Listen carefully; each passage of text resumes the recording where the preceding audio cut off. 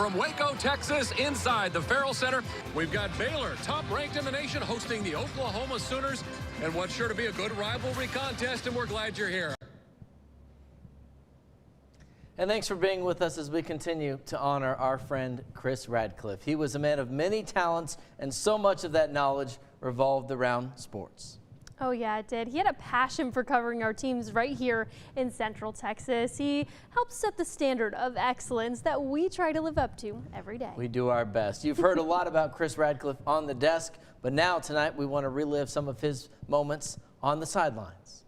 And welcoming in John Morris, voice of the Bears. John, you know, a lot of people have been used to seeing Kris as a staple of 6 News at 6 and 6 News at 10, anchoring our evening newscast, but some people, maybe more recent viewers, may not realize he started doing what we all do, talking about sports around Central Texas and especially Waco. I can remember almost the first time we met, and I knew he was interested in sports. He has a great sports background. You know, he played baseball collegiately, and he was always proud of that.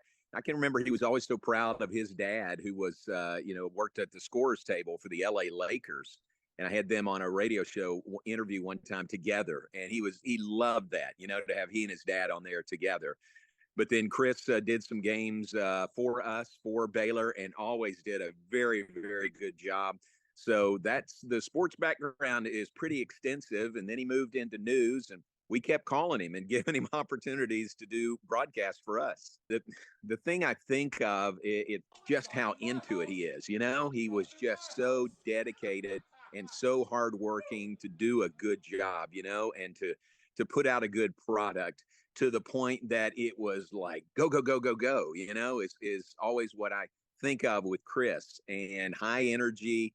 As we all know, it's a pretty tight-knit community, like sports reporters in a given area or market or covering a specific beat. What was it like when Kris was on that beat for Baylor and all of Central Texas? Yeah, I mean, he was there. He was one of the main guys for several years.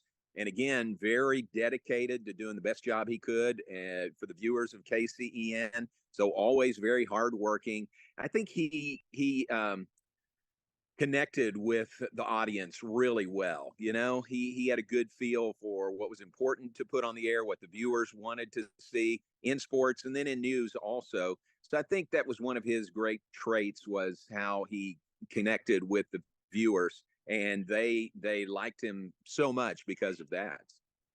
He always was so honest and real and raw. A lot of people will remember him as a friend and a father and an anchor, but for you, somebody who got to see him and kind of work alongside him, how will you remember Kris?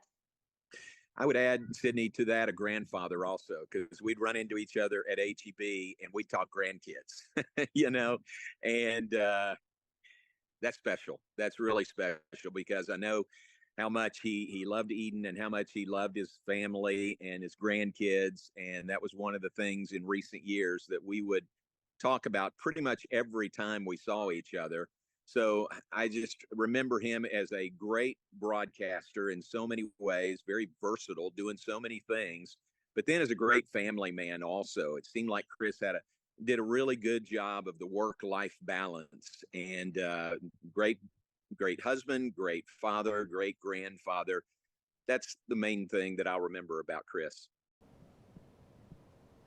Very well said. I'll never forget being here his last night watching Game 4 of the World Series. Never thought that would be the last time I'd get to watch baseball with him, but he was just so much knowledge. He watched Freddie Freeman hit that home run and said, oh, there he goes, 6 games in a row, World Series homer. I mean, he just encyclopedia for baseball. Yeah, and just not that long ago, before the Dodgers were in the World Series, we kept talking about Max Muncy and all of his plate appearances and that record he kept breaking.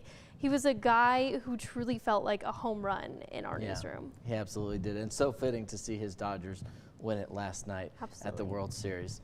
We'll be right back after this.